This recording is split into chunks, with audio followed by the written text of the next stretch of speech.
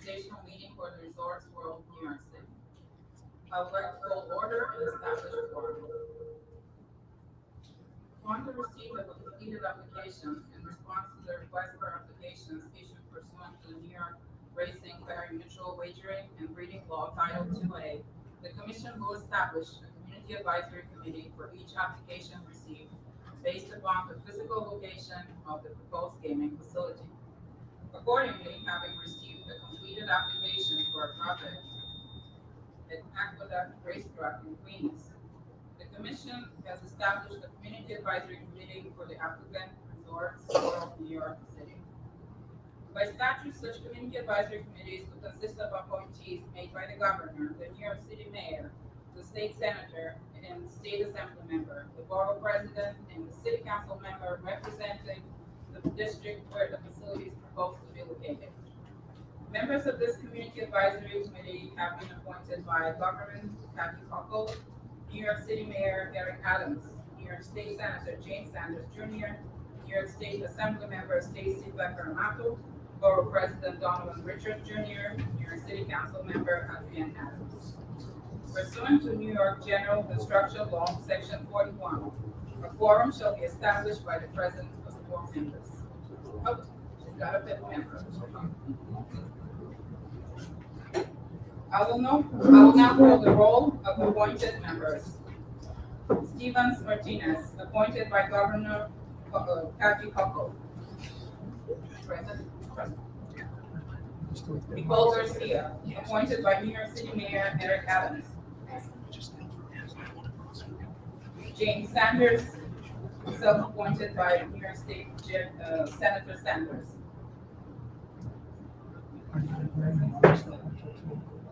Stacy Becker Amato, self-appointed by New York State Assembly Member Becker Amato. Donovan Richards Jr., self-appointed by Borough President Richards. Right. Betty Bratton, appointed by New York City Council Member Adrienne Adams. The presence of a quorum of qualified members is established, thus enabling transaction of business. Materials to be discussed in today's meeting have been provided to all members, including Resolution 2501 regarding public access to community advisory committees, along with proposed rule text. Resolution 2502 regarding administration of the Freedom of Information Law by a Community Advisory Committee, along with proposed rule text. Copy of brief introduction and task overview presentation, proposed template schedule, along with template form to request changes to the application and conduct a final vote. Copy of Racing Law Section 12, 13, 12, 21D, which details community advisory. We have one missing appointee. We still have a quorum of 5 out of 6 present. Consideration of resolution and appointment of community advisory committee chair. For New York Racing Pari Mutual Wagering and Breeding Law Section 1321 D3 E7. Each community advisory committee at its first meeting shall elect the chair by majority vote. At this time, I would like to facilitate this process by opening nominations to serve as the chair of this community advisory committee. Any nominations for chair?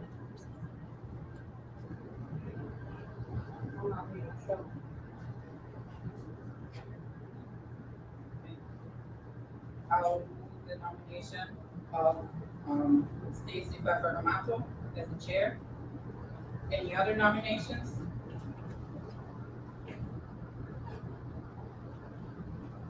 May a motion be made to close nominations? Motion. So, can I get a second?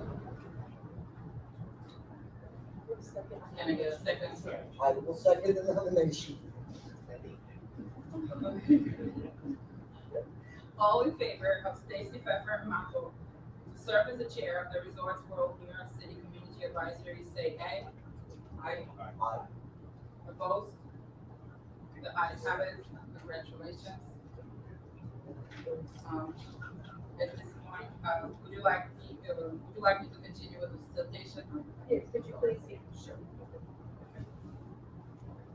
So thank you, everyone. My name is Theodora Timova. I'm with senior consultant with NICE. The entity selected following the public bid to serve as a community advisory consultant for the New York State Gaming Commission. We founded over a quarter century ago. NISTIC is a nonprofit consulting company with more than 350 full-time employees with multiple locations throughout New York State, including New York City. We have extensive experience in task force and steering committee coordination, stakeholder engagement, public meeting facilitation, and adherence to New York open meeting law and large-scale event planning. I want to start by advising each community advisory committee member you have been provided with a copy of the completed application submitted by Resorts World New York City in response to the request for application. If anyone needs assistance to access the material, I can facilitate that. If everybody got the unredacted and redacted applications. As a reminder, application materials may contain personally identifiable information and trade secrets, which, if disclosed, would cause substantial injury to the competitive position of the submitting entity. Each community advisory committee member should exercise care to prevent inappropriate or unauthorized disclosure. I also want to note that redacted application responses have been posted on the gaming facility location. Best practices resolution consideration. It is my understanding that the New York State Committee on Open Government has created 2 documents to guide best practices to govern public access meeting and handling freedom of information requests. Before us in your packets are best practices documents adapted from the Open Meetings Law model, rules for public bodies, and the Freedom of Information Law model rules for agencies. All members of this committee and advisory board have been provided draft documents in advance, and I believe the New York State Committee on Open Government documents are clear and straightforward and should be Open Meetings Law. May I have a motion to adopt Open Meetings Law model rules for public bodies as adapted for the Resorts World NYC Community Advisory Committee? Second. All in favor of adopting Open Meetings Law model rules for public bodies as adapted for our Community Advisory Committee, say aye. Opposed? The ayes have it. Freedom of Information Law. May I have a motion to adopt Freedom of Information Law model rules for agencies as adapted for the Resorts World and New York City Community Advisory Committee? Second. All in favor of adopting Freedom of Information Law model rules for agencies as adapted for our Community Advisory Committee, say aye. Opposed? Ayes have it. Something that we'll discuss today, the organizational meeting, is dates and duration and location for public hearings. We can take the scheduling of those meetings offline based on the availability of the committee members, and we will also discuss the ways we will collect and facilitate the public comment process. At this point, I'd like to bring up the PowerPoint presentation. Let's bring up the slides.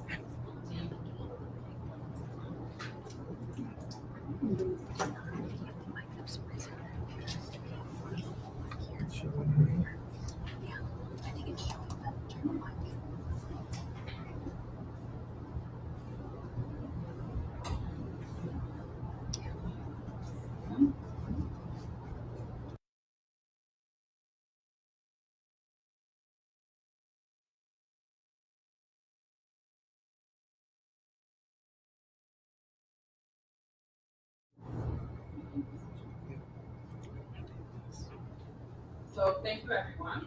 This presentation is intended to provide a broad overview of how you all ended up here and what you're required to do in the next months. Copies have been provided and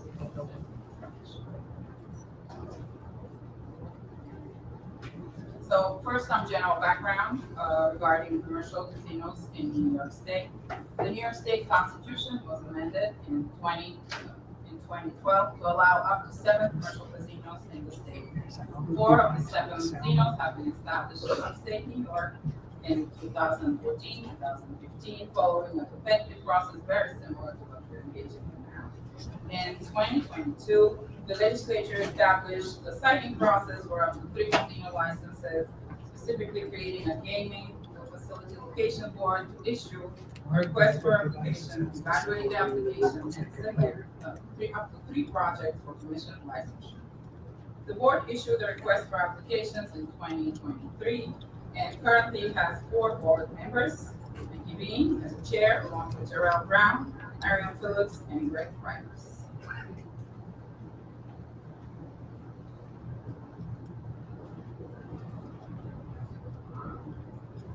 I have some technical difficulty in there.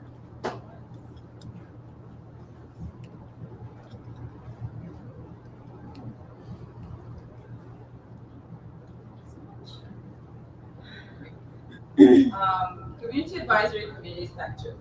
The law requires the creation of a project-specific community advisory committee to determine whether the applications should advance to the gaming facility location board for consideration. Each committee is made up of appointees of the elected officials representing the physical location of the proposed project. So, how did we end up here? On June 27, 8 applications were received, and thus 8 community advisory committees have been formed. On the slide, you can see the list of all of Resort Casino listed at the end and how it goes forward. So why are you here?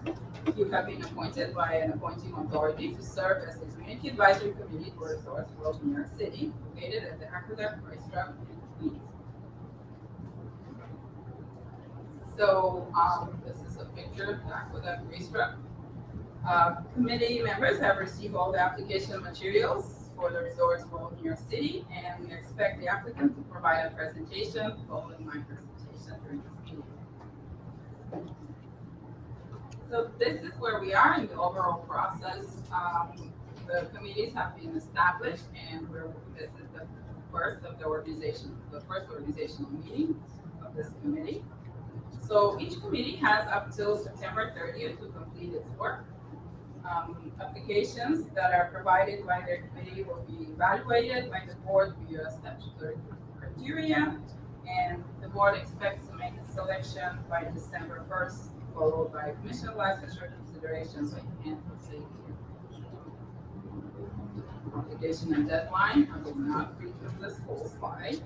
But basically, the committee is required to review their application, solicit and review public comments, and hold at least 2 public hearings. By September 30th, each committee must vote with 2/3 majority whether the application should be advanced to the gaming facility location board. A failure to hold a vote by September 30th will be deemed a rejection. So, what are the duties of the community advisory committees?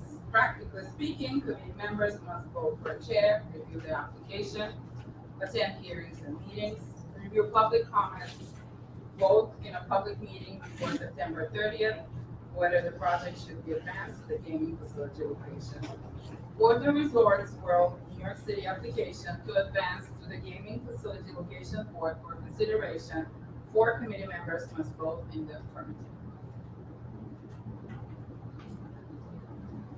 For application changes, we must note that the committee may solicit changes to a bidder's application. However, there are substantial limitations to the changes to be considered by the board.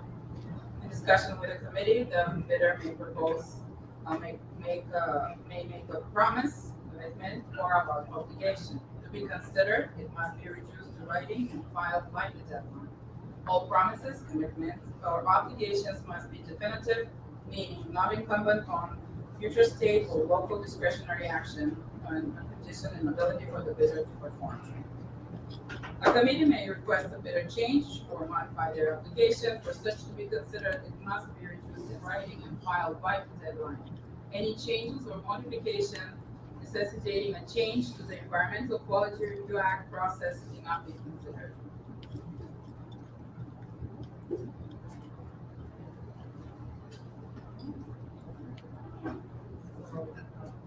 So To advance the application, each committee must notify the gaming facility location of such unconditional affirmative vote by the deadline. All materials and the decisions on which the decision is based is required to be delivered to the board, with members of the community advisory board concurring in the positive determining signage on the title page in this material. So, Okay for a second. recapping, third time, in case you missed it, 2/3 of the affirmative votes or votes are required for the application. I'm not time listening. Sure. The schedule, this is, just a note, this is just a proposed schedule. It's very aggressive, it's tentative. It's something, as an independent body, each committee reset their own schedule between now and September 30th. And, what needs to happen between now and September 30th is, having 2 meetings, and 2 hearings. We're having the organizational meeting now, we need to have at least two public hearings, and then a meeting for the vote. So that's all suggested. Public comments. So important part of the committee's statutory obligation is the requirement to accept and review comments from the public. We have established a dedicated email resource for all NYC public comments at nicetech.com. And there's also a mailbox for delivery of regular mail public comments. There will be, all the comments will be collected and provided to committee members for their review. Comments that are previously submitted to the commission and the board regarding the project are currently being collected for the committee members' review.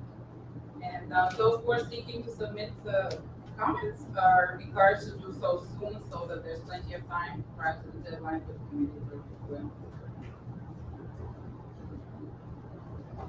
Unredacted application material. So, word of caution, as a member of the committee, you're tasked with reviewing the complete application. Hence, you'll be provided both redacted and unredacted versions of the application. The unredacted version contains personally identifiable information and trade secrets, which, if disclosed, would cause substantial injury to the competitive position of the submitting entity. Each community advisory committee member should exercise care to prevent inappropriate or unauthorized disclosure of information.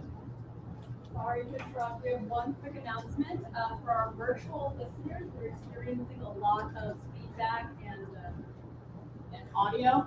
This is better. All right. So our virtual listeners can't hear clearly.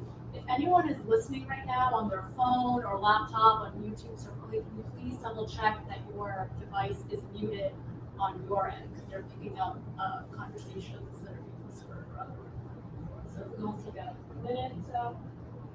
Mute anything that we're listening on, we will troubleshoot that way.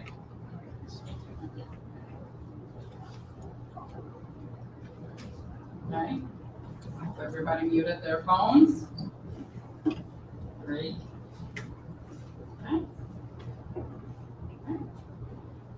So to wrap up the unredacted application material portion. Each community advisory committee member should exercise care in preventing inappropriate or unauthorized disclosure of information and should be cognizant of the discussion of confidential information in an open meeting.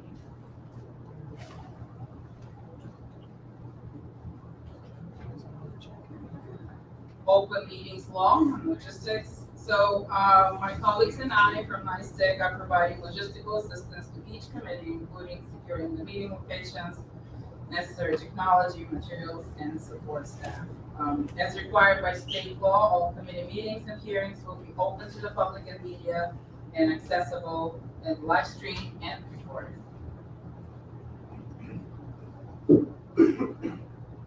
Committee members are encouraged to recommend appropriate meeting spaces. We've already started receiving some recommendation and we'll continue to work on this with committee members. We are looking for locations that are conducive for hosting public meetings and venues available via the appointing authorities, and we welcome all of your suggestions.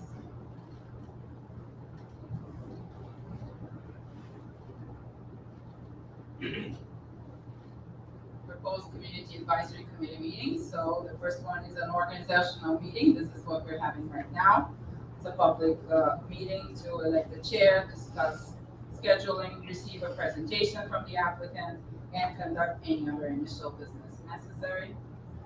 For the hearings, committees must hold at least 2 public hearings to receive comments from the community. Hearings should be scheduled for convenient times at appropriate duration and location of adequate size and scope. So we're looking for auditorium size, build meeting rooms, 100 plus attendees, in ideally in the physical location. Well, I would like to acknowledge that James Sanders Jr., the 6th member of the Community Advisory Committee for Resorts, has just joined the meeting. For a final vote meeting, a public meeting will be scheduled to vote on the project. For the Resorts World New York City application to advance to the Gaming Facility Location Board for consideration, 4 members should be present and must vote in their front. So this is just a snapshot of what the meetings look like. For all in all meetings, public and media may attend to observe. If a member wishes to participate or vote via remote video conference, the application must be included in the meeting notice. Luckily today we have everybody present in person. For the public hearings, something we would like to highlight is the hearing. So the public hearings are for the members of the public and community to offer comments for the committee's consideration. Those hearings are generally include public comments up to duration of up to 3 minutes limit, and the public can also submit written remarks. So hearings are not a venue for members of the public to ask questions of the committee, and they're not intended for the committee members to ask questions of the public. They're there to hear and accept comments and proposals. And members of the public, they can also submit comments in writing in the email that I previously mentioned or via mail. Any questions or comments?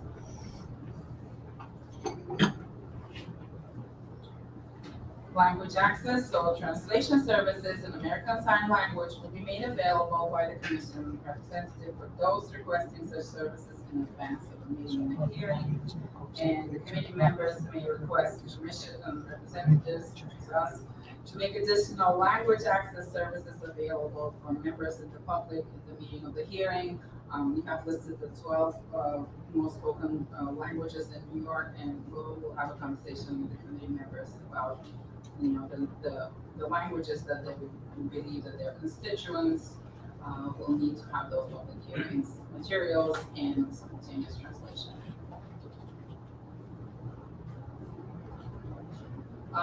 Just a reminder to be mindful of public officer law obligations and refrain from contact with any applicant or anybody on their behalf, except in the context of a public meeting or through a public comment process. This limitation does not apply to official business interactions between a committee member undertaking their position as a public officer or employee and an applicant, limited to their pursuit of local entitlements. Ethics. So accordingly, committee members should avail themselves of all applicable ethics law, rules, and guidelines. There's some resources linked here for you to ensure compliance with the state's ethics and lobbying laws. In addition, committee members should consult with your appointing authorities regarding any additional ethics training or guidance. We've included some additional links. And speaking of laws, there's some other applicable statutes relating to the functioning of the Community Advisory Committee. Finally, there's several resources in the Gaming Facility Location Board website regarding the applicant and Community Advisory Committee. This is the contact information for our team. If committee members have additional information, please feel free to contact us. You can always contact me as well, as I've been the designated person for facilitating the advisory committee for the resorts located in my state. So at this time, I would like the Resorts World New York City team, the applicant, to provide a presentation for their project. We're just going to switch out the mic real quick before we get into the project.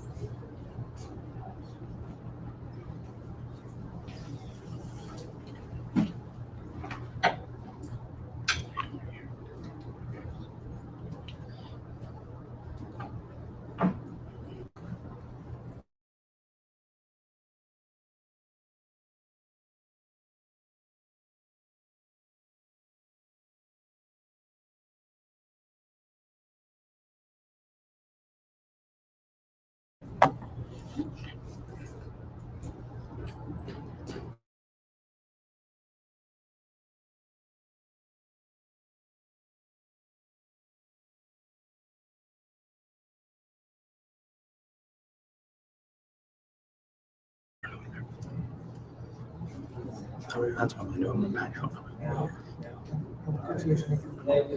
To raise it a little. We're trying to switch the mics. Doesn't recognize it. So I'm gonna leave. I'm gonna leave and come back in.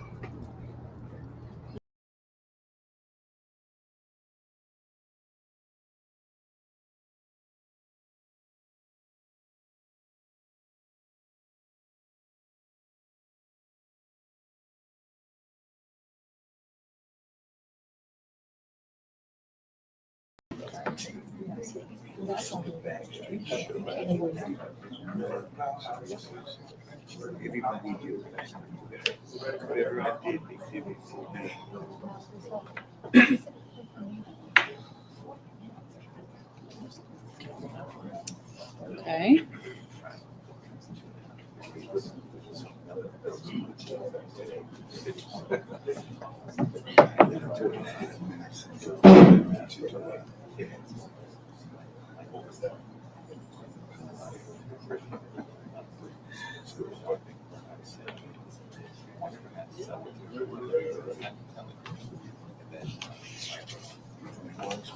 Good. Okay.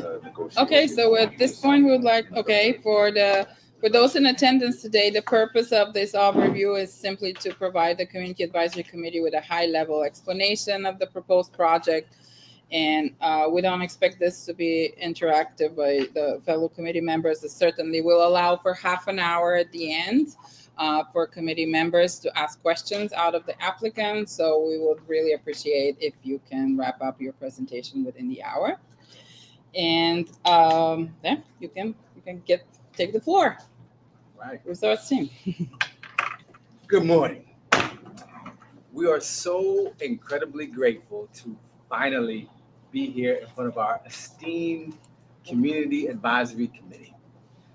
From our chairman to every team member across the globe, thank you. And thank you for volunteering your time in the heat of the summer to help us literally transform the future of Queens and New York City.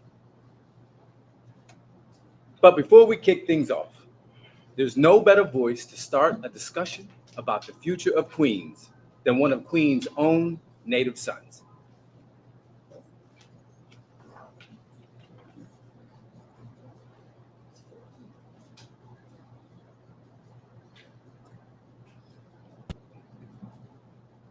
Queens will not be silenced.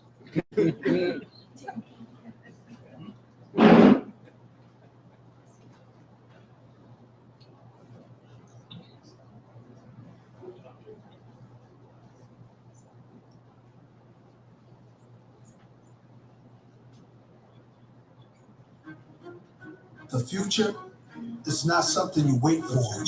It's something you build. It lives in the hands of the doers. The dream is not of the people who refuse to stand.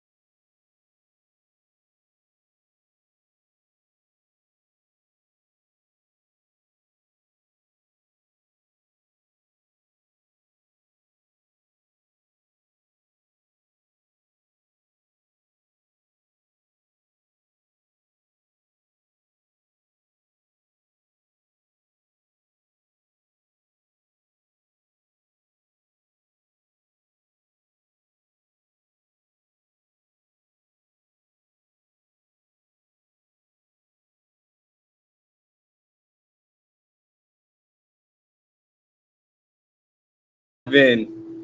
Let me,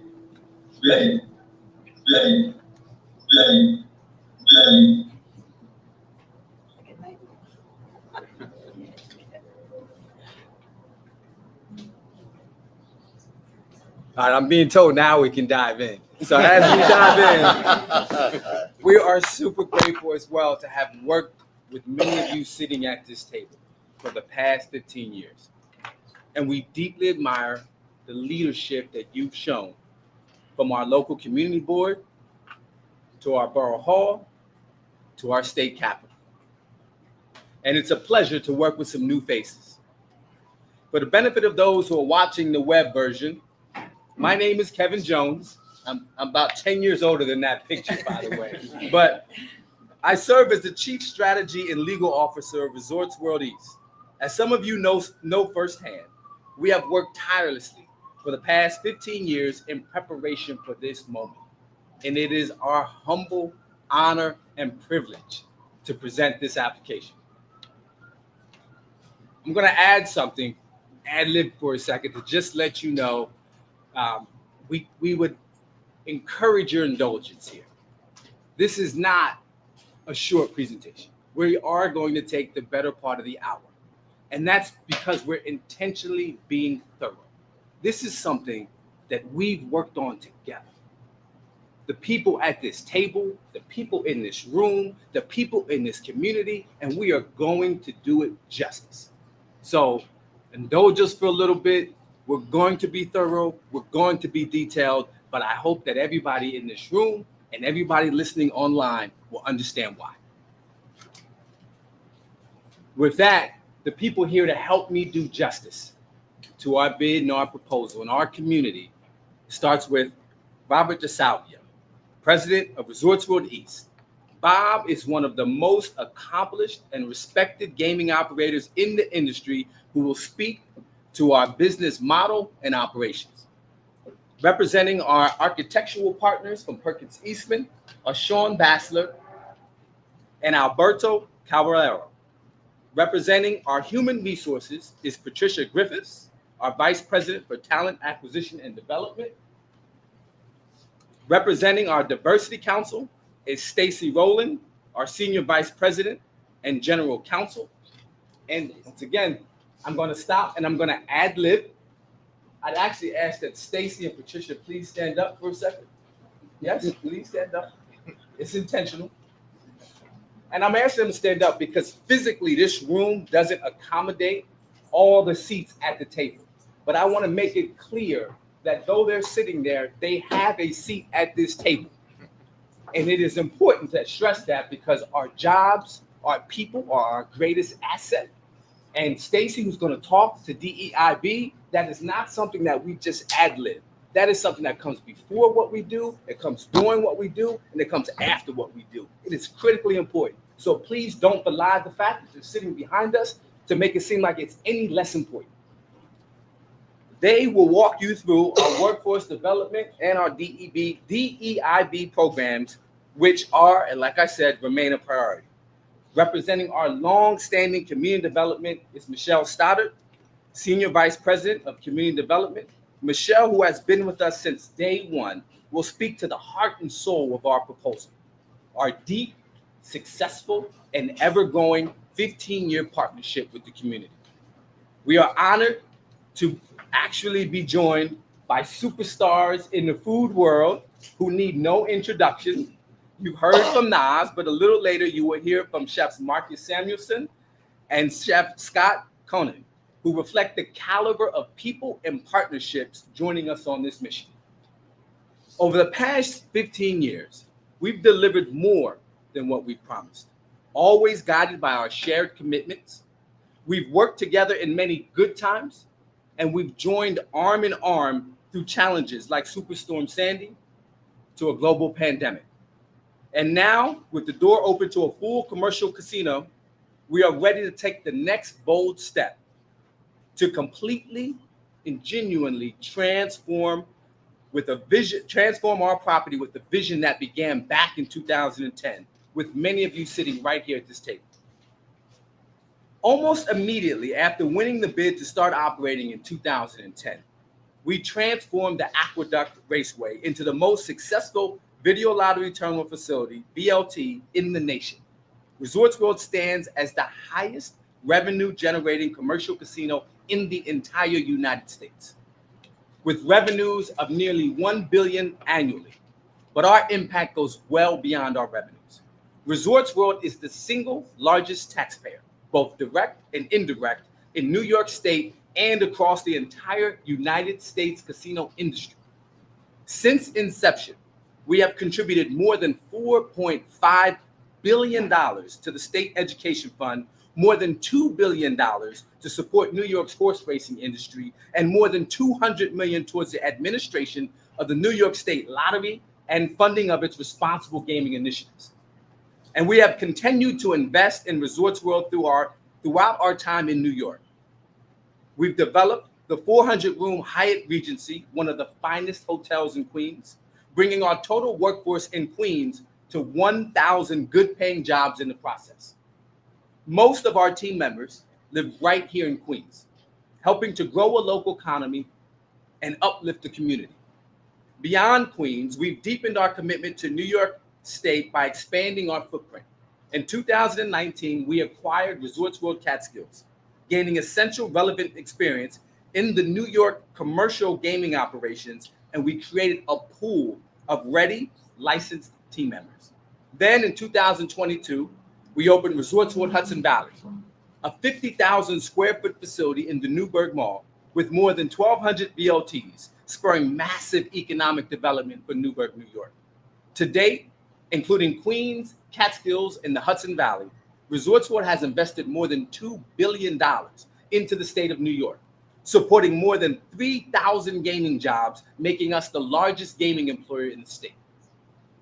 15 years ago, when we stepped in to the old, dilapidated clubhouse and grandstand at Aqueduct, it was riddled with asbestos, lead paint, and other hazards that I'm not about to go into amongst polite company. But where others saw decay, we saw potential. We didn't see just a racetrack or a VLT facility. We saw the most compelling location in the state for a world-class integrated resort. With 73 acres of space and unmatched access to major highways, subway lines, and JFK, Aqueduct offers a scale and connectivity that no other site in New York can match, period.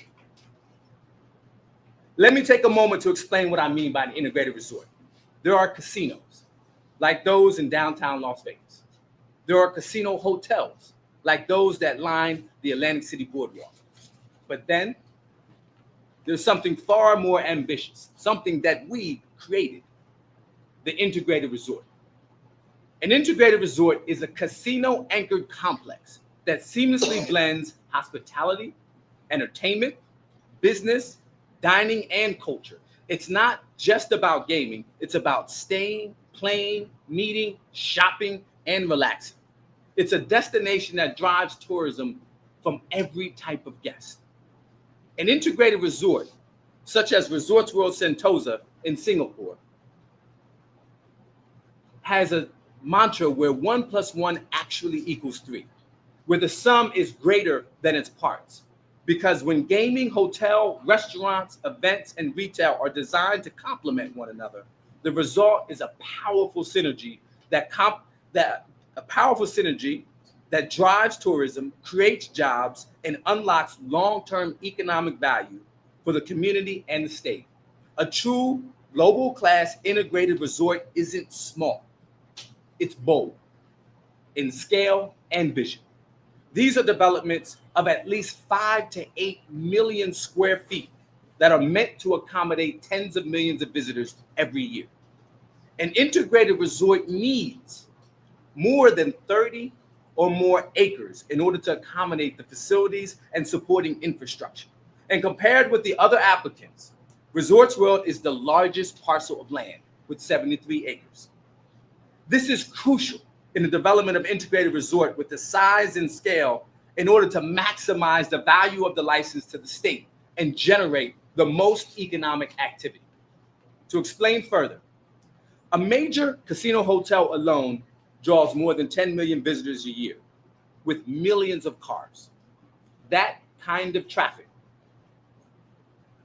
demands a site built for scale. Aqueduct is that site. It has already accommodated crowds of up to 70,000 for single events. And it does so without competing traffic from other major attractions. This is without question the most connected, most strategically positioned, most significant piece of gaming real estate in the United States of America.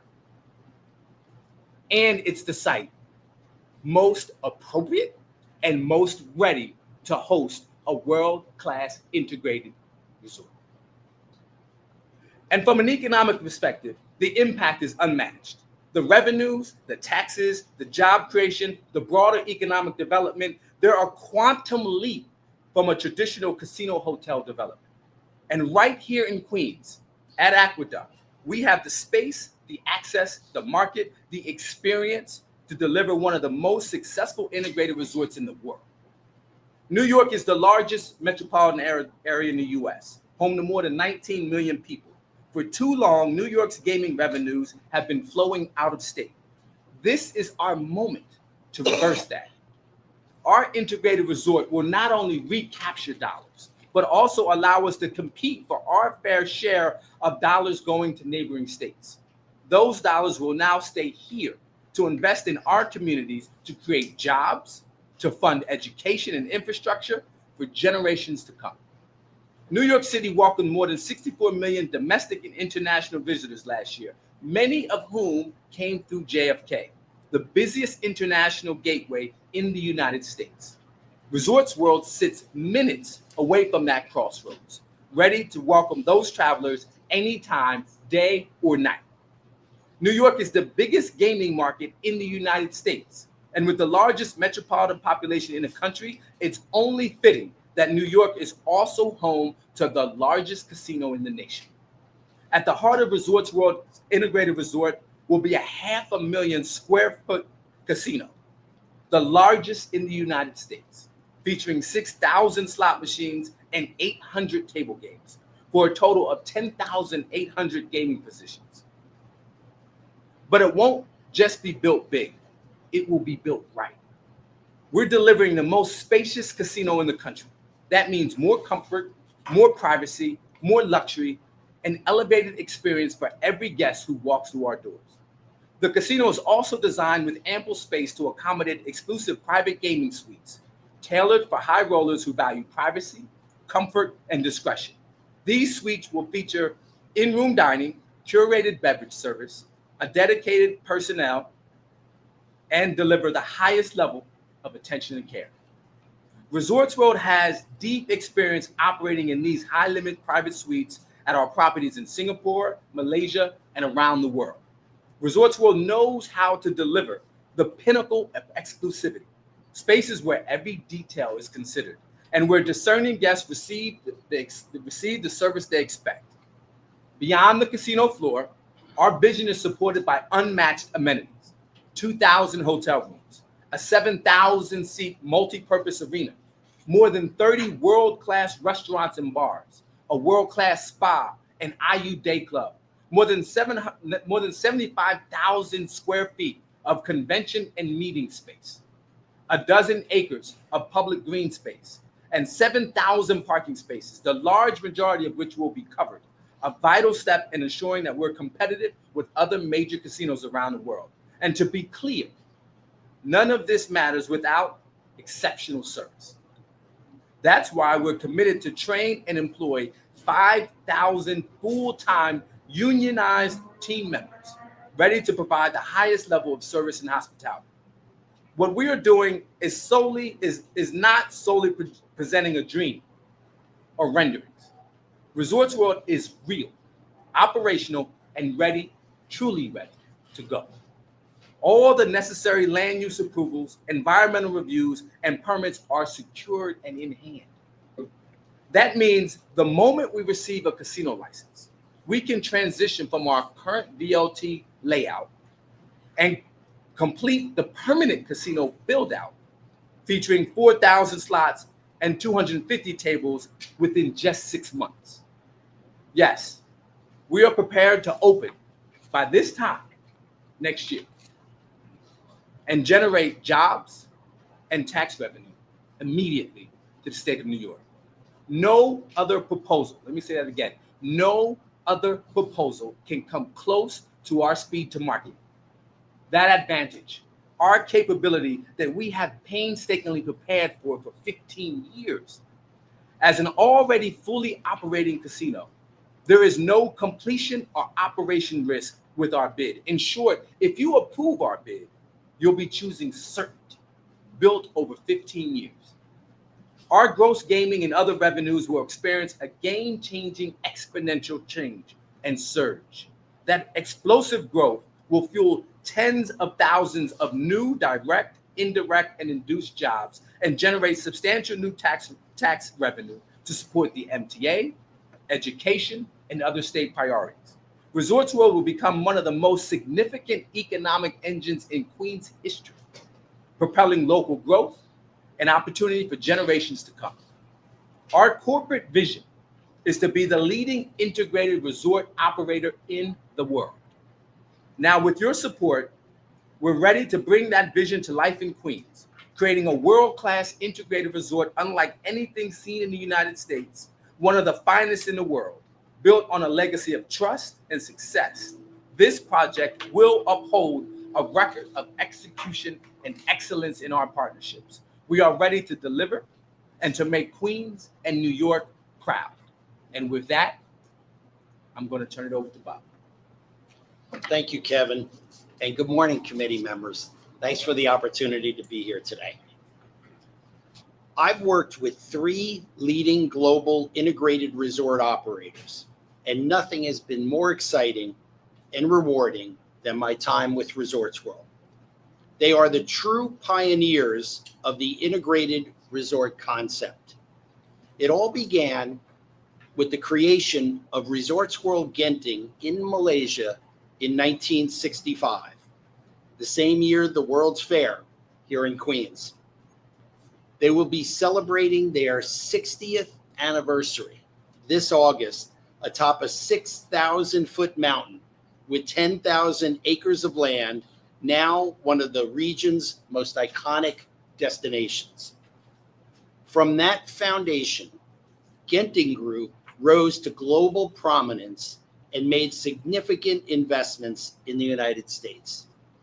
It began with the financing of Foxwoods Resort Casino in Connecticut, which opened in 1992, and was recognized as the world's largest casino resort for a number of years.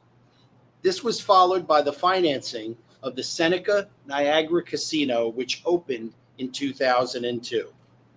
Then, in 2006, Resorts World was awarded one of only 2 coveted integrated resort licenses in Singapore. Resorts World Sentosa was the first to open in January of 2010. It is now a world-class integrated resort combining tourism, hospitality, and gaming, along with the Universal Studios theme park and the largest aquarium in Asia. Right here in Queens, we won the right to develop the video lottery facility at Aqueduct in 2010, and later invested in Resorts World Catskills and Resorts World Hudson Valley. That same bold vision was carried into Las Vegas with the opening of Resorts World Las Vegas in 2021, despite the global challenges of COVID-19. This was a true testament to the resilience and development skill of our group. I was fortunate to join Resorts World in 2019. It was an incredible journey through the COVID-19 years and demonstrated the sheer determination of Resorts World to overcome adversity by continuing the construction of the Hyatt Regency. Today, we arrive at the doorstep of a 15-year vision to create a world-class integrated resort at Aqueduct. During my career, I've seen world-class gaming markets, in places like Las Vegas, Macau, Singapore, and Malaysia. But I have never seen an opportunity comparable to what lies before us right here at Resorts World. New York hosts more high net worth individuals than any other city in the world. This is the epicenter of global finance, tourism, and culture. Yet many of these high net worth individuals travel out of state to game. Now they have Resorts World as the alternative, just a short distance from Manhattan without the need to drive or fly for hours. Combining deep local demand, high disposable income, international tourist appeal, and unmatched accessibility by car, mass transit, or plane, this is the perfect destination for the best untapped gaming destination in the United States. The state is authorized to award only 3 commercial casino licenses in downstate New York. To maximize economic development and tax revenue from those limited opportunities, the most strategic path is to focus on the bids offering large-scale integrated resorts like ours. Integrated resorts generate outsized returns because of the synergy among the diverse components: casinos, hotels, entertainment venues, convention space, retail outlets, and extensive food and beverage offerings. As Kevin said, the whole is greater than the sum of the parts. Over the last 2 years, our architectural and planning team has focused intensely on how guests experience and move through the planned Resorts World integrated resort. We've deliberately designed the casino, occupying less than 10% of the built area, to be clearly separated from the rest of the resort. That delineation ensures non-gaming guests and minors can access public amenities freely and safely. Surrounding the heart of the resort is a central open-air plaza spanning 12 acres. It is designed thoughtfully, enables year-round usage. It maximizes natural light to enhance all the facilities that surround it. At Resorts World, our design includes the Conservatory Casino, ideally situated overlooking the Aqueduct Racetrack. This gaming location is crafted for luxury, featuring private gaming suites, exclusive dining, curated beverage service, and dedicated butlers, delivering a private sanctuary that will be the envy of the industry. From what I have observed globally, successful integrated resorts are expansive, usually built on at least 30 acres of land and contain a minimum of 5 million square feet. For example, Resorts World Sentosa in Singapore occupies about 120 acres and opened with 1,800 hotel rooms, theme parks, and major attractions. In Las Vegas, most of the large casino hotels are situated on approximately 100 acres. Just as essential is parking capacity. If you go to any of the surrounding casinos, from Atlantic City to Pennsylvania to Connecticut, any successful casino hotel boasts 4,500 to 7,000 parking spaces. This is important because our players expect a level of comfort and security that public transportation alone can't match. Resorts World is sited at the most eastern location of any bidder. We have the advantage in capturing most of the Long Island market, especially table games, which are not available in either Nassau or Suffolk counties. We do not have to compete with other large scales of events in the area that would compound traffic congestion, making our site the best option to generate the highest return on invested capital for New York. We have been intentional with our hotel design features and capacity to give our players a host of options on where to stay.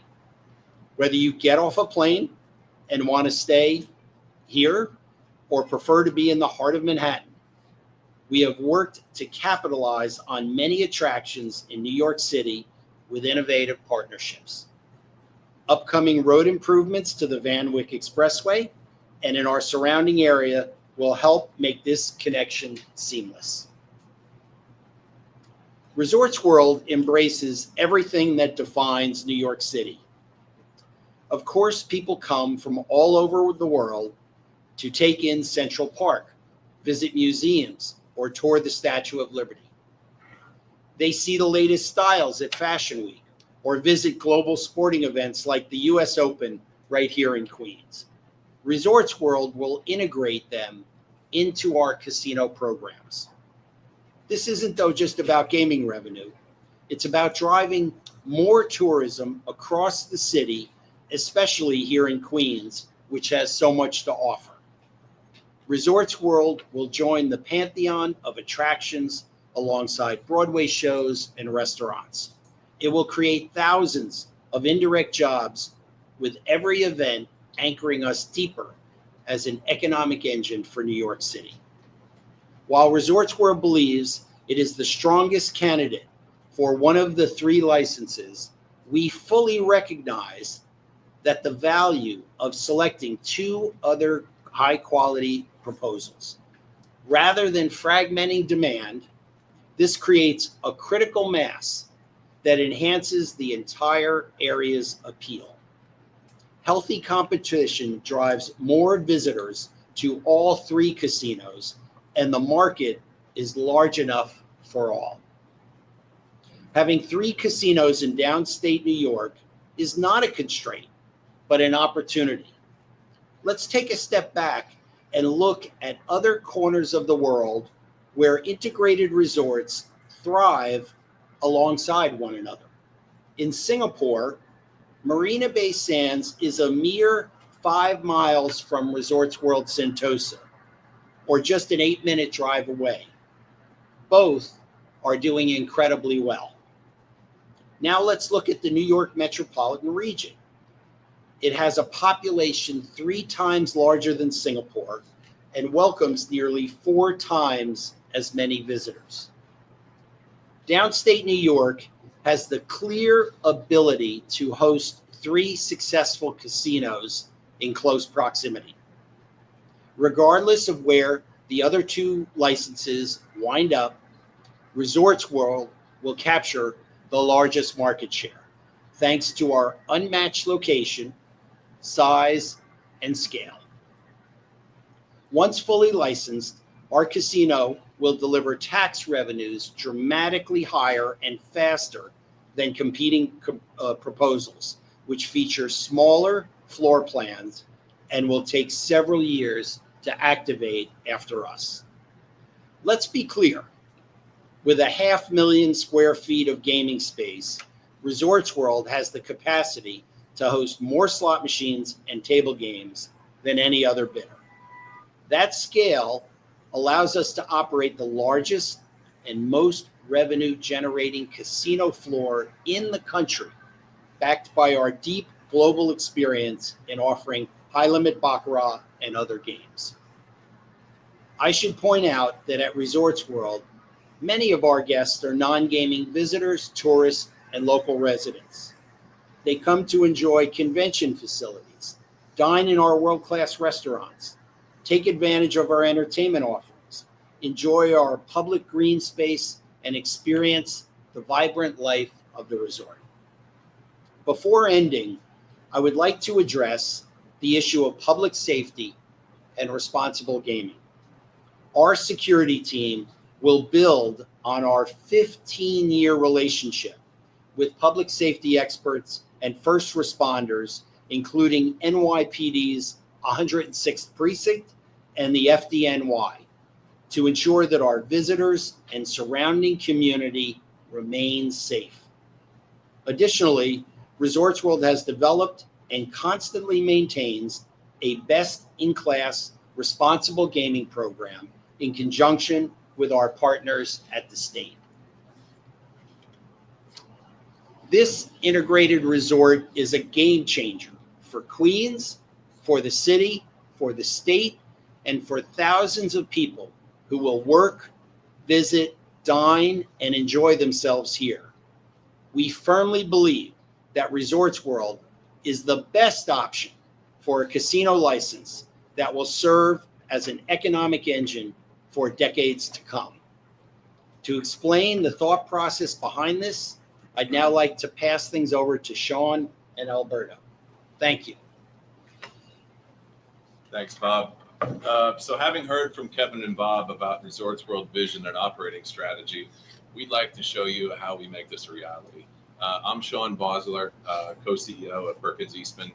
Our firm has been honored to work with Resorts World for over a decade, helping bring this integrated resort vision to life and create something extraordinary for Queens and New York City.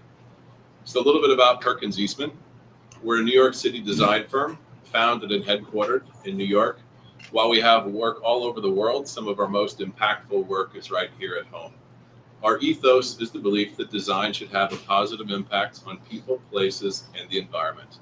We're urban architects, and much of our work focuses on placemaking and creating destinations that unlock the potential of sites, weaving communities together with a mix of uses. To us, Resorts World embodies this opportunity and more. Working with us is a large team of some of the most talented engineers and consultants in the world who each share the same passion and vision with us. Our design vision for a true New York integrated resort began with the expansion of the Hyatt Hotel and Gaming and the future planning we did around the existing facility. This planted the seed for the expansion and growth for an integrated resort by putting in the infrastructure with the flexibility to quickly expand and have speed to market unlike anywhere else. We planned for the future of what this location could become. With 73 acres of underappreciated and undeveloped site, there is no better location that exists anywhere in the world for an integrated resort. And as urbanists, we truly believe this. Our site sits at the doorstep of JFK, which welcomes over 63 million travelers a year and is a gateway to New York City. Additionally, Resorts World is embedded within the most culturally diverse community in the world and the borough of Queens. This is the soul of what makes New York great, people and places. And it's our vision to unlock this potential. You can travel the world and not find a site that offers the unique combinations of scale, infrastructure, connectivity, history, and access to a skilled workforce that support a truly successful integrated resort of the magnitude found at Aqueduct. The dynamics of this site offer opportunities that don't exist elsewhere, such as a transit-oriented location with the infrastructure and space to also accommodate the necessary vehicular traffic, an opportunity for an urban plan that integrates and ties together with the community, a site scale that doesn't exist anywhere else with 73 acres, and a gaming history that goes back 130 years on this site with our chance to write the next chapter, and a culturally diverse community that has embraced us as one of their own. To us as designers, Resorts World is the only site that has the true potential to be an integrated resort destination for all New Yorkers and visitors alike. Our proposal is not about creating an object, but it's about creating an integrated resort that will not only be a destination, but also be the urban fabric which ties the community together. All right. Hi, everybody. I'm Alberto Cavallero. I get to do the fun part and show you the details of this. Design principal at Perkins Eastman. Our design team is inspired by the imagination of our clients, Resorts World, their vision to create this integrated destination resort here in Queens, New York's biggest and most dynamic borough. Nothing like this exists in New York City. I think you'll see that our vision is bold, yet it's rooted in authenticity and placemaking that unlocks the potential of this once-in-a-lifetime site. Our design vision has focused on three themes that I'm going to use to sort of guide you through the elements: biophilic sustainability, New York-centric escapism, and a community amenity. These will make sense momentarily. But first, some context. Of course, the location right here in Queens, next to Aqueduct, not far from JFK. I think when you look at these images, it's notable that the immediate area is so densely packed with housing and buildings and generally devoid of public open space. This is a region of the city that is underserved by green space. The historical context is very important as well. As Sean mentioned, Aqueduct has been a thoroughbred horse track, continuously in operation since 1894. That means that the neighborhood, this site, and the diverse cultural framework around it have developed together as a gaming destination for the last 130 years. And then importantly, the ecological context. It's important to remember that this region is part of an ecosystem that is enriched by wildlife, plant life, and is deeply connected to the water. Zooming in on the site, and note that these plans are oriented with north to the left.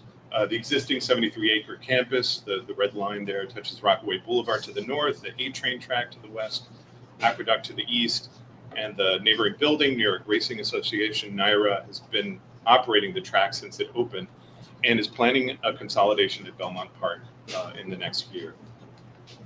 The site currently consists of Resorts World, the casino, which opened in 2011, the Hyatt Regency, which opened in 2021, the existing 4,779 parking spaces, of which about half are covered. And it's a quick drive or train ride to JFK, which you see there in the background. And in fact, the adjacency to JFK, with its limitations on building height, has actually been a positive design driver for us. It's reflected in a master plan that scales itself down to the size of the neighboring residential areas. We think that's a really important and positive thing.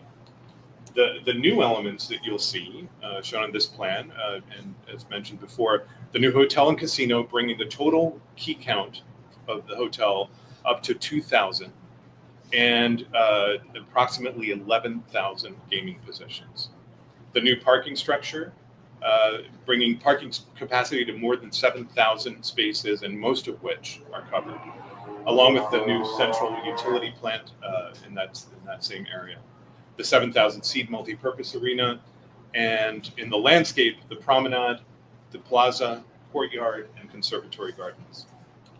So coming back to our design themes, the first one is about sustainability, a key element that weaves together the entire design of Resorts World. It starts with how the buildings look, the way they're connected and curved, connected to the landscape, bringing indoor and outdoor spaces together, with plantings throughout, eco-friendly materials, generous access to daylight, and living green exterior walls. But it's not just an aesthetic thing. The looks are an outward expression of Resorts World's deep commitment to sustainable design. The facility will be exemplary as a model of decarbonization and energy efficiency.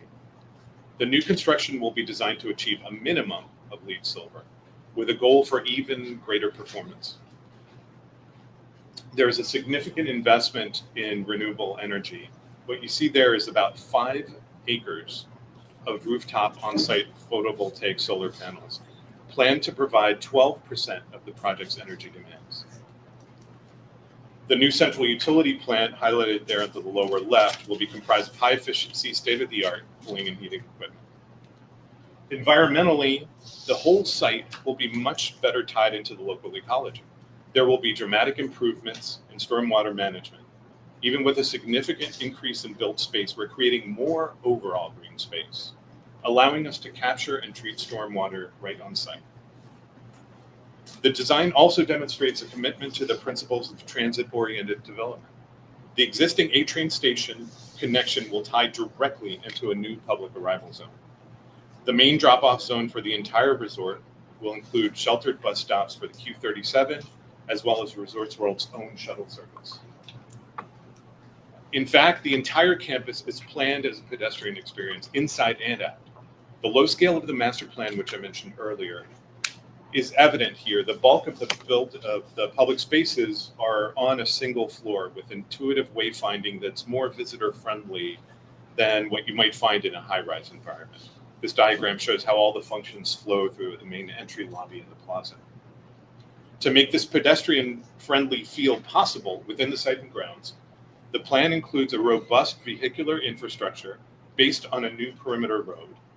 From this outer ring, visitors with cars seamlessly enter one of the 2 parking structures. Car service and buses are shepherded to one of 2 major drop-off points. And service and loading points are also carefully coordinated from this perimeter road, allowing us to marshal support and equipment without disruption. Our next theme, New York-centric escapism. As a new addition to our great city, the design of Resorts World strives to become part of the pantheon of must-see destinations in New York. To that end, the design includes a series of unique places. Every entry point and lobby is an elevated experience, where each visitor can feel like a rock star. Whether you arrive by car, bus, train, or plane. On the side facing Aqueduct Racetrack, we're enclosing the old track grandstand, which you can see in the inset photo there, into an interior space like no other, the conservatory. The conservatory will combine epic views with places to chill out and play inside as well as just outside in the gardens. There will be spectacular views from this space and from private suites out toward the racetrack. The 7,000-seat arena, multi-purpose arena, is a flexible space intended for everything from concerts to large events. The IU Day Club will be a sunlit, conditioned environment that provides a relaxed resort atmosphere with the ability to transform into a performance venue for the best DJs from all around the world. Food, of course, is an important part of this experience, tapping into the uniquely rich multicultural culinary scene in Queens.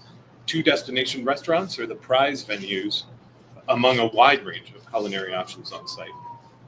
There will also be retail space, a ballroom and meeting space, other unique architectural moments, and of course, all the gaming space. Too many to describe in detail today. I think the important thing is taken as a whole. This is an iconic must-see place that people are going to come and experience, whether they're international travelers or they're New Yorkers. The third theme about giving back to the community. We know that Resorts World is a proud member of this Queens community, and they've been committed to the cultural and financial health of the area since they opened in 2011. The design of the new facility also gives back to the neighborhood with real public space and pedestrian-friendly amenities. I'll show you in detail. This starts with the materials of the buildings themselves. For example, at the edge of the site closest to our neighbors, the planted wall softens the scale of the parking deck to fit in with the trees of the neighborhood. The warm tones of the facade are welcoming. But perhaps the most important public gesture here is the provision for some 12 acres of new public space, what we call the green network of the site. Around the perimeter of the site, stretching from Rockaway Boulevard to the A train station, is the lushly landscaped promenade. It includes a line of walkways where you can take a walk while learning about the local ecology, flora, and fauna. There's the Pocket Park that provides a destination outdoor space that's relaxed and residential in scale. At the heart of the campus is Resorts World Plaza, a major public space of 3.5 acres that connects the resort to nature, sometimes as a quiet hangout and sometimes as a festival space. The surrounding structures buffer it from the harshest extremes of weather, but it's also a park that celebrates the seasons of New York in a new and fun way. With this design, Resorts World is doing its part for the present and future of Queens and New York, both as an experience and as a contribution to the city's tradition of public space. I want to wrap up this section by reflecting on the scale of transformation represented in this proposal. The transformation of a vast asphalt parking lot to a green oasis that provides beautiful, safe, and useful outdoor space. A proud example of how sustainable design can save energy, prepare us for the future, and connect us to nature. A place that will delight the senses and entertain, while providing a strong economic base for the region through the creation of thousands of jobs and state revenue. And most importantly, this is a project that fits in harmoniously with the surroundings and history of the site and designed to be efficiently built in phases. That's the vision of Resorts World. It's our vision, Perkins Eastman. We couldn't be more excited, and we hope you love it as much as we do. And with that, I'll hand it back to Bob. Thank you, Alberto. And thank you, Sean, for the great work that you have done, you and the team, on this project. A world-class facility of this caliber demands world-class chefs. And with us today are two of the most celebrated ones on earth. You may have likely heard of Chef Marcus Samuelson's much revered Red Rooster. You may have seen Chef Scott Conan on the TV series Chopped. Now, I hope you will join me in welcoming them to Queens. And I'm going to turn it over to you, Scott. Thank you, sir.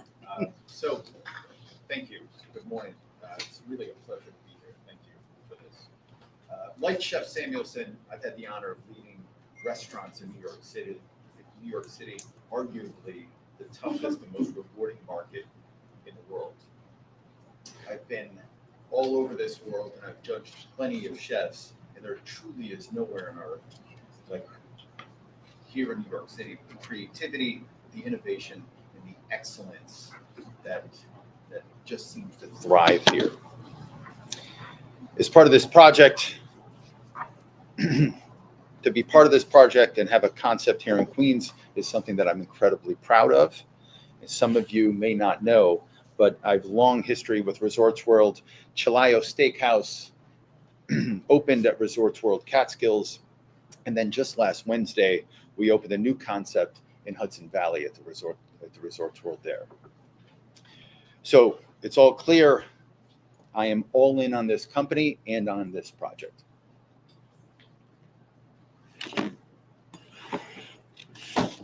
All right. Okay, sis. It would be, first of all, congratulations to everybody here for taking time out, but also the very impressive presentation.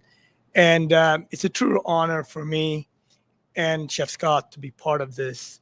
When the world think about, we as chefs, when we think about food, when we say that we're from New York City, the chef secrets around the world is always Queens.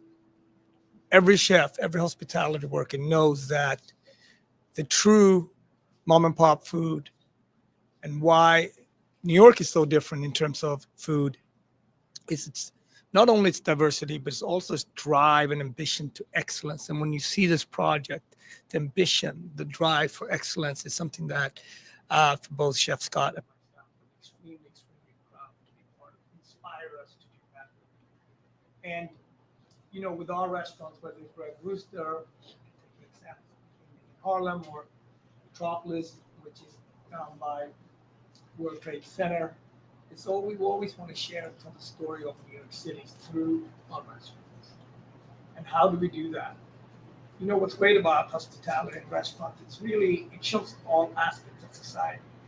It starts with the vision of what type of marketplace, what type of restaurant you want to do. It also starts on the purveyors. We're going to use and work with purveyors from all over New York, but particularly purveyors here from Queens. The back of the house, where we need all types of skilled laborers. Front of the house, where we're going to have the best personalities to deliver service that is both excellent but also vibrant and reflect Queens as a place. And then, of course, none of this would be possible without the vision of the resort world, but also the customers. So when you think about the word restaurant, which most people talk about constantly, but it needs to restore your spirit, restore the community. And in a busy time, in this place, to be able to sit down at two world-class restaurants and to be able to break bread and see people around there that is both being entertained but also eating delicious food and having great service, I just think it matches up to the entire resort. When we at the Marcus Samuelson Group take on project, we always think about how can we make it special, how can we make it in that community and of the community. In Harlem, we have a food festival called Harlem Eat Up. It's also a TV show that we highlight businesses throughout Harlem, and we would like to do the same here in Queens. But we can really go into small mom and pop businesses and highlight them, both on TV, our partner here at ABC, but also, of course, highlight those businesses. So when we enter, there's so many other partners that we bring into the project that they can be highlighted, whether it's a food festival, whether it's a TV show, or just having great dinner or lunch at the restaurant. We're extremely proud to be part of this project. It's a world-class project that's going to become, for sure, one of the destinations in New York City. And when people come to the resort world, day one, they can gamble on whether to go to Scott's restaurant or mine. And the second day, they can come to either one of the places. Either way, we'd be extremely proud to serve you and be part of this project. Thank you so much. Thank you. Thank you, chefs. And I know, just so the committee knows, the chefs both have commitments. I know, Marcus, you're heading right to the airport. Scott's got to go back to New York City. So if you don't mind, they're going to go ahead and exit the meeting. And we appreciate you guys coming by. No sample. Why didn't they bring lunch? That's my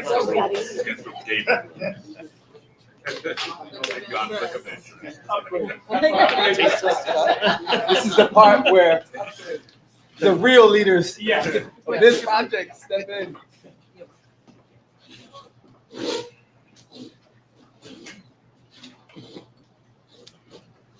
Well, none of this would be possible without new team members bringing these food concepts to life. Now, before I pass things to Patricia to talk about the future of Resorts World workforce, here's a quick video that we want to show you. When COVID hit, I worried about being laid off. What happened to my future?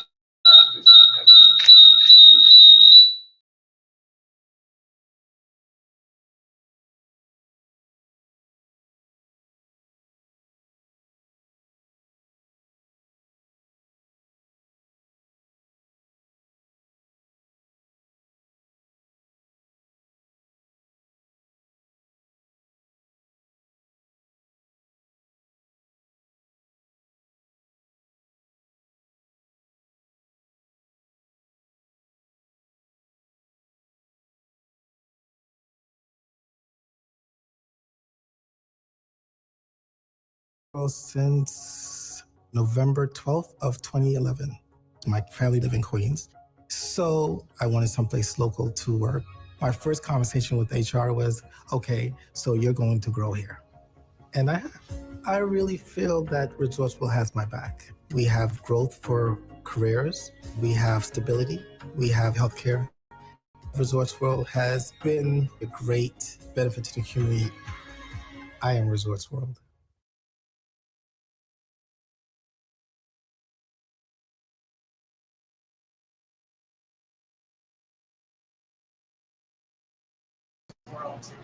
And we are continuing to invest in our employees as we do in our current facility and in our future integrated resort aspirations.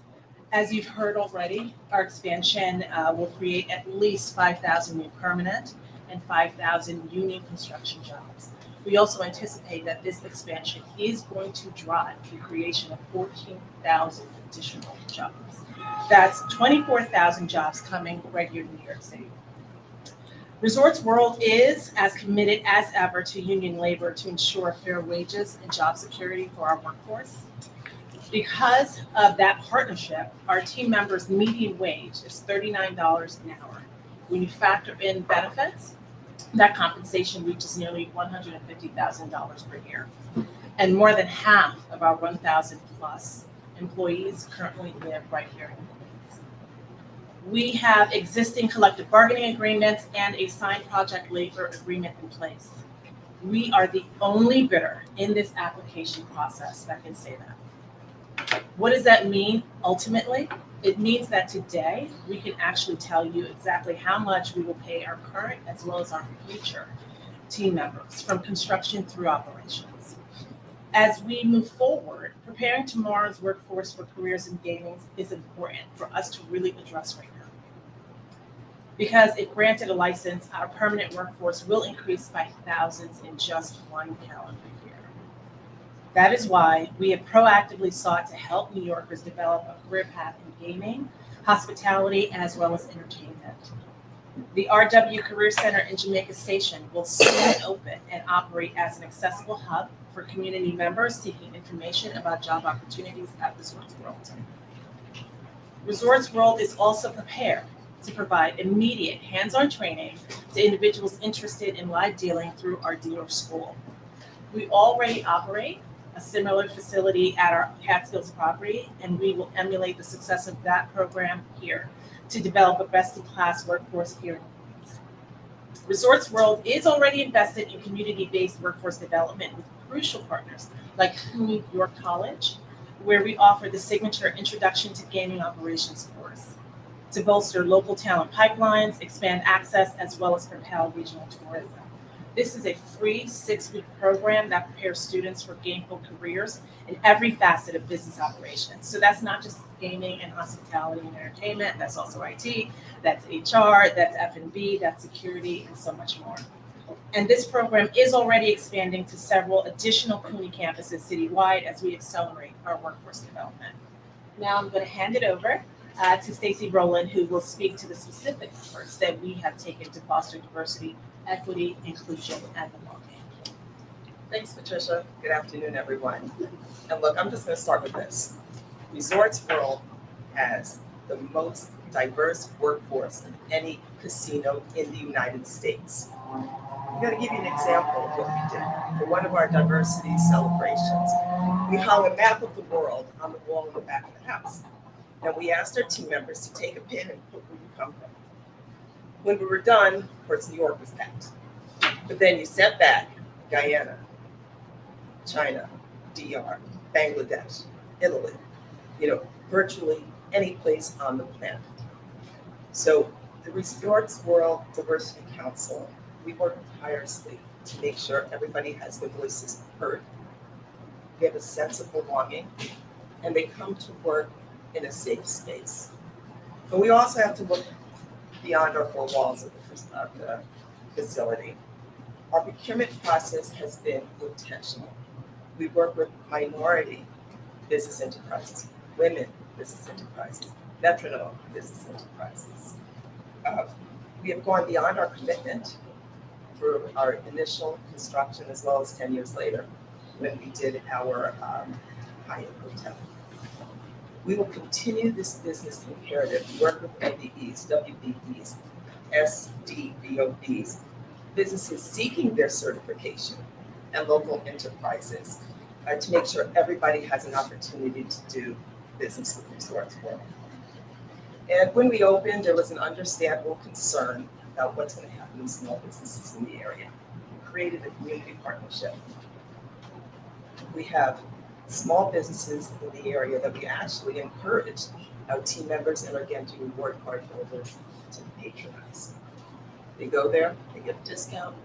We have their logos on our website doing advertising. Moving forward, this expansion will allow us to make it greater for everybody surrounding us. Another example of the commitment, look straight at you, Senator, is the Southeast Queens Business Incubator, a free 12-week program for local entrepreneurs that are looking to scale their business. The creation of the incubator was inspired by none other than Senator Sanders chairs the task force, the Senate of Minority and Women-Owned Business Enterprises. He first identified this need. Today it's run by the Rockaway Development and Revitalization Corporation in collaboration with New York Small Business Center at York College and Modern Community Capital. Since its inception, last year, graduated 30 fellows, 67% women businesses, and most are either from Southeast Queens or the Rockaway. The third group is now underway as we speak. So in the same spirit, community, I'm going to transfer this to Michelle Stoddard, who heads our community development team. And she's going to share information on our corporate philanthropic program, Resorts World Gives. She's going to let you know where we've been and where we're headed. Thank you. Thank you, Stacy. Good morning, everyone. It's been important to our business model since day one that Resorts World proves itself as more than just a successful enterprise, but as a trusted community partner with purpose, one that keeps its promises. Since we first opened our doors, meaningful community development has been an essential part of our work every day. Because Resorts World knows trust takes years to build. This means recognizing and helping to further fuel the incredible work that so many organizations, a lot of who are here with us today, do for our communities. To date, Resorts World Gives has invested over $10 million into hundreds of local organizations that serve constituents of all demographics throughout Queens and the city of New York, as well as Long Island and Westchester County. They identify their target service populations to include communities of color, children, seniors, older adults, women, the LGBTQ community, people with disabilities, and immigrants, refugees, and migrants. And yes, we match 100% of team member donations given by our employees. Most recently, we commissioned a third-party survey of our grant recipients over the last 3 years. On the left is a map that reflects the respondents, each focus area, and distinct demographics. The partners also anonymously shared the top impacts of the funding from expanding existing programs and service volume to improving service quality. With a commercial license and expanded footprint, we will be able to supercharge this philanthropic work and compound the impact cited by our partners in ways that they know best.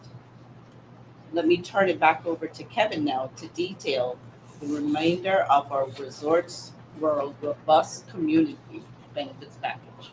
Kevin. Just want to make a time check. We're close to the 1 hour mark, and I want to allow some time for the committee members to have ask questions.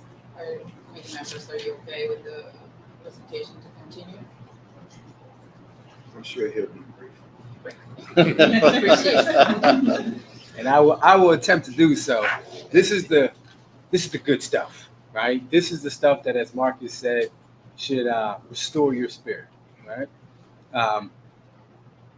Over 15 years, that period, listening, working with, and building a vision with the community gave us the confidence and gave us the charge to put together a community benefits package that has a headline of up to $1.5 billion. Now, I'm not stuttering. That's billion with a B. And the way that that's broken down, you see it reflected on the screen there. I'm going to jump into certain aspects of it, pillars of it. In order to cut down here, I'm going to step away from my voice. We're going to focus on the first pillar of housing, and we're going to throw up a quick video that gets you right to it.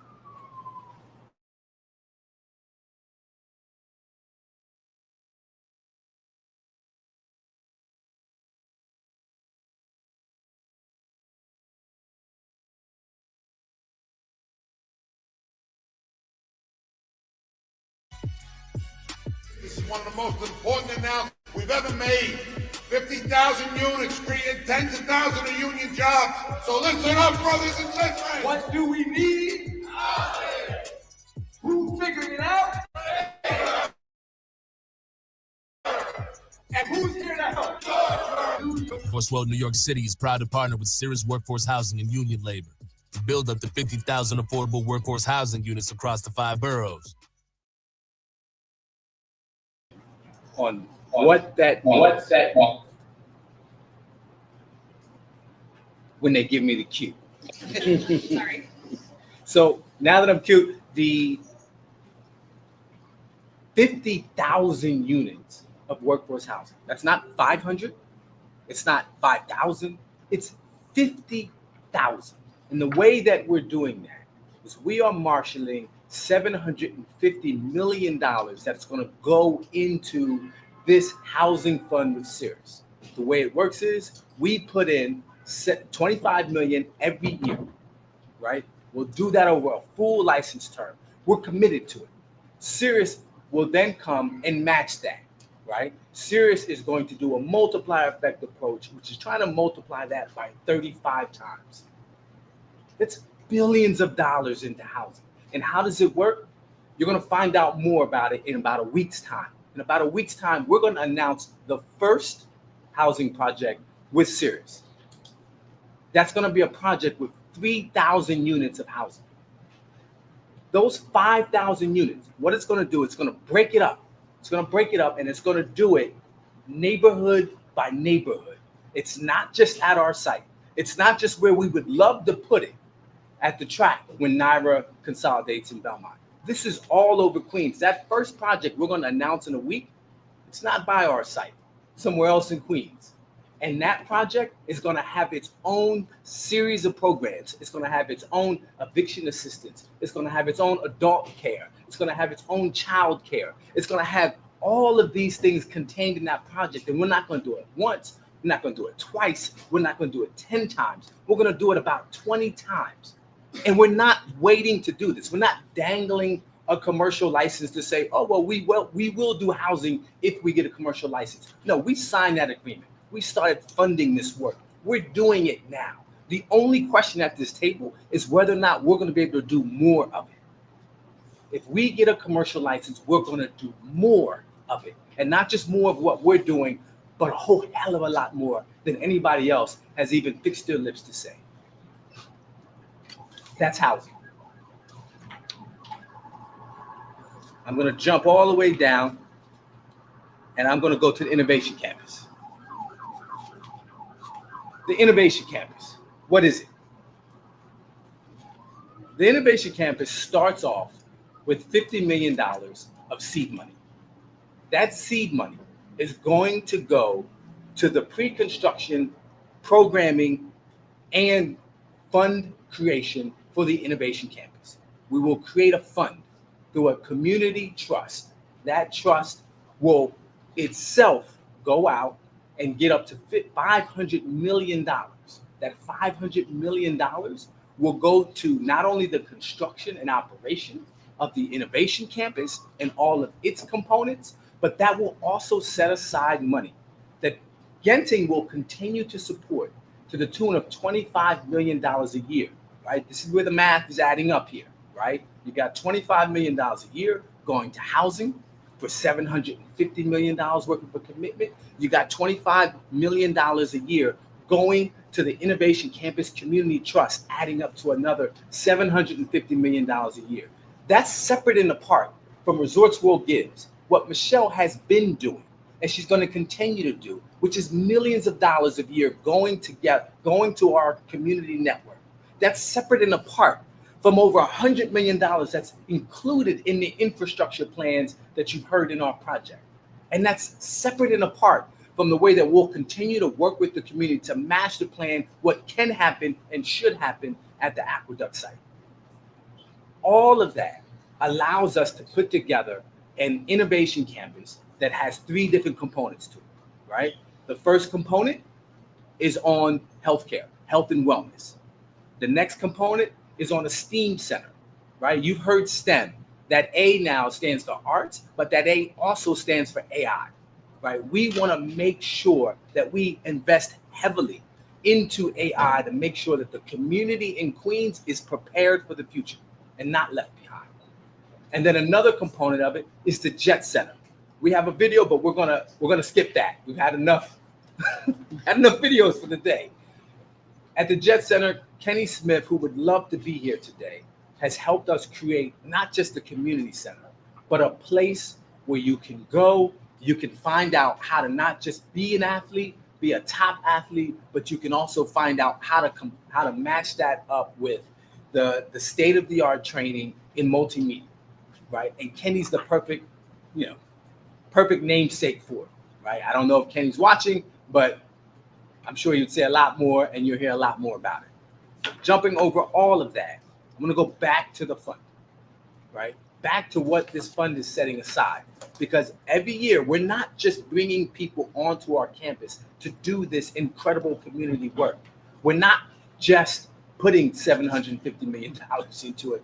We're making sure that it goes out into the community. What I expect to be announcing in the next 6 months' time is us putting millions of more dollars into that business incubator. I expect us to be announcing millions more dollars going to education. These are things that we are committed to do and to do more of, and boy, we would like to get started. So with all of that, I'm going to come back and I'm going to just run you through some of the things you've heard today. We are a global team. We're coming with that global vision for this to be an integrated resort. You've heard it over and over again because it's different. It's different than the other applications which are offering casino hotels. It's different because it needs to be different for the benefit of the state. It needs to be different if it's going to generate the highest revenue. We don't shy away from the fact that we are a casino. We are a casino. We're not trying to be something else. Our site has been a gaming site since the 1800s. The Pope came to our site, and the Pope knew it was a gaming site. Just the same way we know. We're not hiding from it. We are trying to figure out a way to make it something that helps develop the community in a way that has never been done before. We are also the most experienced team. The team that we have here, I'm not mincing words when I say Bob is one of the most respected people in the gaming market, who's been with all the other players. We have the experience to do this. We have the licensure to do this. We're the only team in this whole process that already has licensed commercial employees that could start working tomorrow. That's an advantage.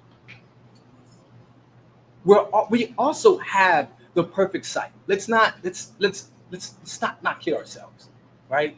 We have the site, right? You're not queuing on streets to come into our site. There's about a quarter mile entering to our site. You're not worrying about security. Players who are coming carrying tens of thousands of dollars are not being asked to go get on a bus. Let's be real. This is the site that the state needs, that the community wants. I just wish we could have been doing this 2 years ago. Let's also talk about the fact that Stacy said we are the most diverse, bar none. And in that diversity is the fact that we have existing collective bargaining agreements. We're not guessing at what we're going to pay people. We can tell you right now, we have the highest wages in the gaming industry. And we will continue to do that. We will continue to pay that. And I can tell you, I have a Schedule A that will break down all those job classes and tell you exactly how much they'll make on day one. And nobody else can do that. We have a signed project labor agreement. Not a memorandum, not a handshake, but a signed project labor agreement that we know works because we just used it to build a hotel. At the end of the day, we're a better site. We have a better team. We have better experience. And all that we asked, that we've been asking, is for the ability to do more of what we already do today. Thank you.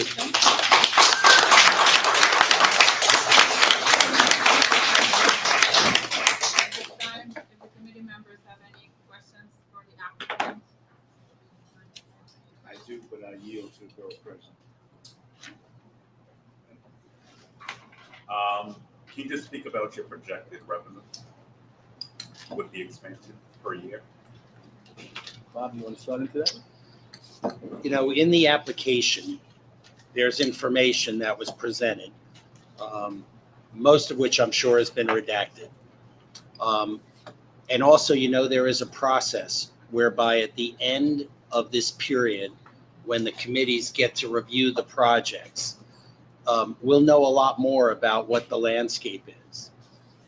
The process calls for us to be able to submit a supplemental filing at around September 30th. And in that filing, it'll give us a chance to kind of take a step back, look at the landscape, probably sit down with our consultants and come back to the state with how we really feel about a final number. As you know, there's an opportunity there to look at not only the revenue side, but ultimately what will be our recommendation as far as our own tax rate. It's an unusual process, but I get it, and I understand that it does give everybody a chance to see where do we stand in the next month and a half. So without getting into specifics on revenue, as you know, it's a very high number. We're proposing the largest casino in the United States. We know that we already do $1 billion in revenue today, so that number will go substantially higher. But I'd rather we wait till the final application supplement is put in before we really give you the final number. And I could put a final point on it, Well, President. This part of the exercise asked us to do a hypothetical. It asked us to just hold the tax rate at a certain amount, not negotiate that, and really focus in on what our capital expenditure would be, and really focus in on what our community benefits would be. And so that's what we're focused on. We could tell you, and there's information in the application that you received that's unredacted, right? Well north of doubling our current numbers, well north of that, right? I can tell you that on capital expenditure, what you might not have realized, that the state, and we agreed with them, came back to each of us and said, we want you to reformat exactly how you do capital investment to talk about what's on your property. Like all this other stuff, like they asked us, and we were like, spot on, be real with what it is that you're actually spending. And what we're actually spending, pound for pound, is basically another $4 billion on top of the billion we've already put in. And that's what we're spending on the actual project, not on things that don't even relate to our bid. On top of that, I'd also like to point out, it was said earlier, but it deserves repeating. When we first showed up and started looking at this in 2009, 2010, we gave projections. And those projections were that this would be, Aqueduct would be the most successful slots facility, VLT facility in the world. There were some other groups that dropped out because they didn't believe those numbers. But I can tell you, you go back to those numbers, we were spot on.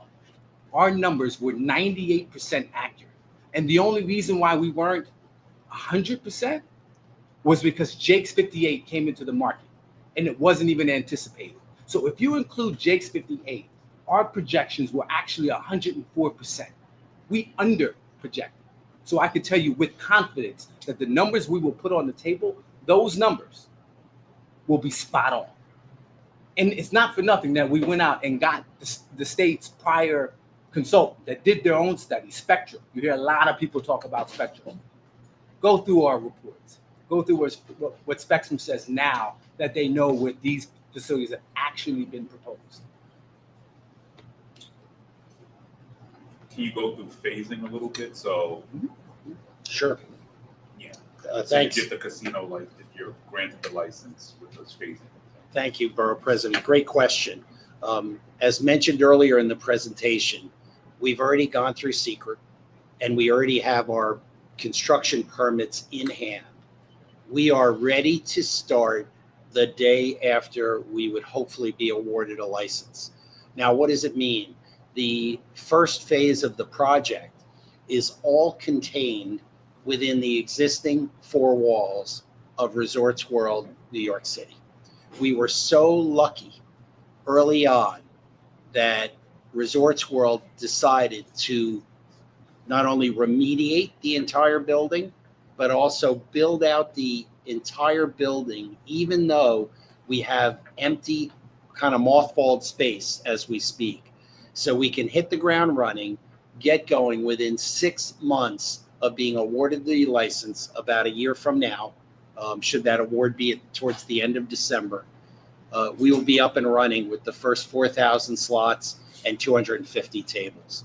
And with that, after that, it's a continual cycle of development till we reach the ultimate build out, which includes 6,000 slots and 800 tables and the full complement of the integrated resort facilities, which will take in the range of about 4 to 5 years to build out the whole thing. But that first phase where we can start producing revenue and creating those jobs is a mere 6 months from the award of the license. Just my last point, if you can get us, so you said a little bit more than half of your employees live in Queens. Do you have a breakdown by zip code? We do. I don't have it with us, but we could submit it to the committee. Absolutely. And then I'll just add on the community benefits fund. A lot more conversation happen on what's happening outside of the site. Sure. But we can have those discussions. I don't want to monopolize all the time. But, all right. But definitely the local hire. It's an MW. On zip code, there was an exercise in the bid that asked you to look at your local community board and see what are you doing in that specific local community, and it was fascinating to see that in terms of our spend and vendors and procurement, there were millions of dollars that come just out of community board 10. There were also, it was over 10% of employees basically are in just our own community board. I mean, 80% of our folks are coming from Queens, or definitely within a 3-mile radius. These are hyper local opportunities where you don't need a college degree to come with us. You come. We will train you. In 6 weeks' time, we can prepare you to have a job that pays 6 figures with full health benefits, that has the protections that HTC and other unions offer. It's just unparalleled. One other point that was brought up earlier in the presentation that I'd like to kind of double back on. Patricia mentioned the job center that we're going to open at Jamaica Station. Right now we have a shuttle stop there that we bring people over back and forth to the facility for free every day. But that area is really gone through a renaissance, and what's being built around the station. So what we wanted to do was bring our employment center right to the community. It's a novel approach, but we're going to have people that are going to be able to literally walk down the street and stop by and visit Patricia's team and learn about the job opportunities. We think it's tremendous. Not even make them come to Resorts World. We want to do it right here in the community. In time-wise, the enormity of the task is one where we want to get started as soon as possible.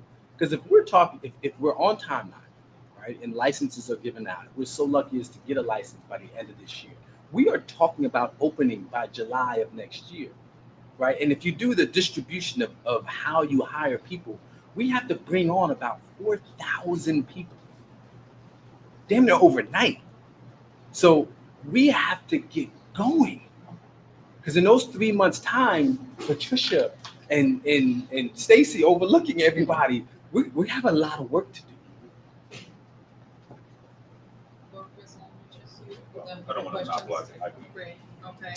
Senator Sanders, you have a question? I have many questions, but I will respect my colleagues and only make a statement and a brief question.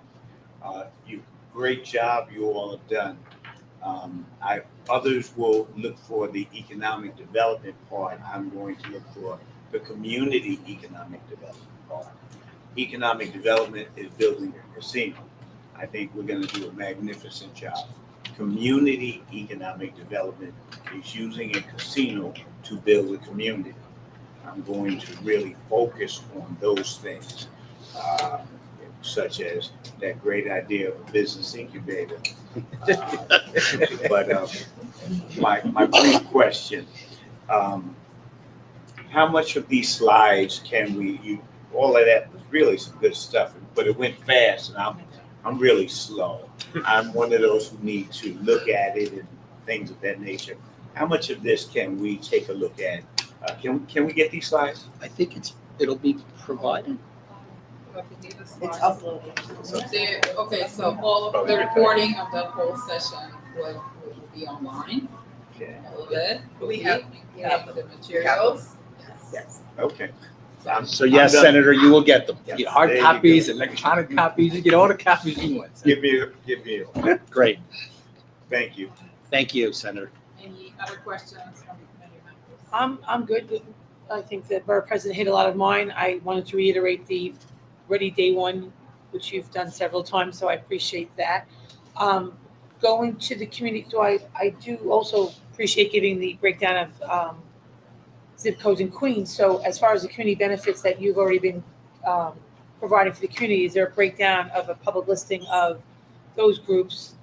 It doesn't have to be amounts. I mean, I know we're privileged to, but just to see where that disbursement has come. And then on the other side of that, with the business incubator, can we see who's been attending that? If there's a public listing of that, to know the types of business and what's being attracted to that. And the one thing I just want to reiterate, or you can reiterate for me, is out of all the applicants, you're the only one proposing an integrated resort, correct? From what we understand Okay, and from what we operate, yes. okay.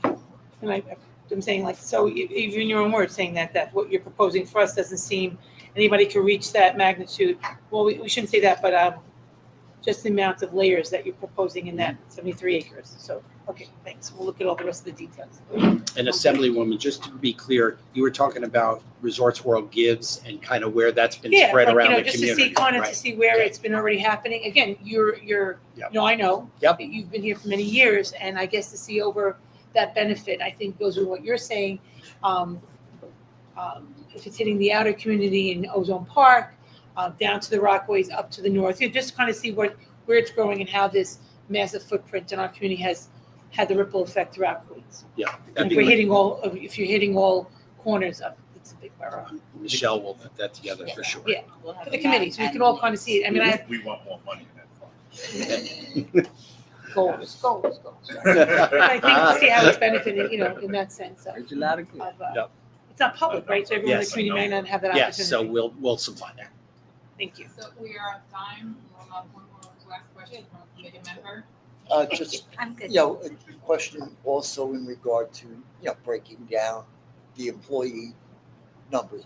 Can you also provide some data and information on how many of your employees have been with the company for the entire Oh, sure. 15 years, basically? Because I think that helps us evaluate, the hiring Mhm. aspect. Yeah, and Anything you can provide. And then would be legacy, helpful. you used that word, and then legacy, if Absolutely. there's, within the family. It's an incredible number. We'll be Yeah. happy to share that, but it's Exactly. so rewarding to see how many of the team members have been with us from day one. I'm sitting That's next. That's what prompts my question. Yes. Because, when I go in, I see people who Yeah. I have seen For days. over from 15 day one. years. And it's something we're so proud of. Betty, Michelle is a day one, right? And Michelle, we're proud to have watched her really just take flight with us, from director to vice president to senior vice president. So it's one of those things where it's not only people staying with us, but people growing with us. So yes, we're proud of it. Stephen from Venus, Yes. questions.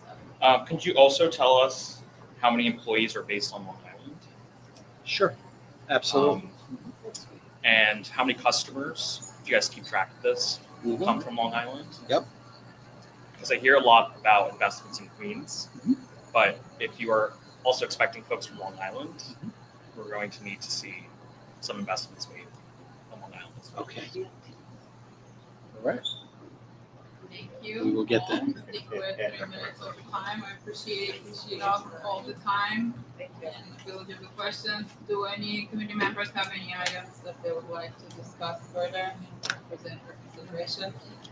No, I'm gonna just ask about the scheduling of the 2 public hearings that will Yeah, do we can offline talk and that amongst offline. ourselves. Okay, great.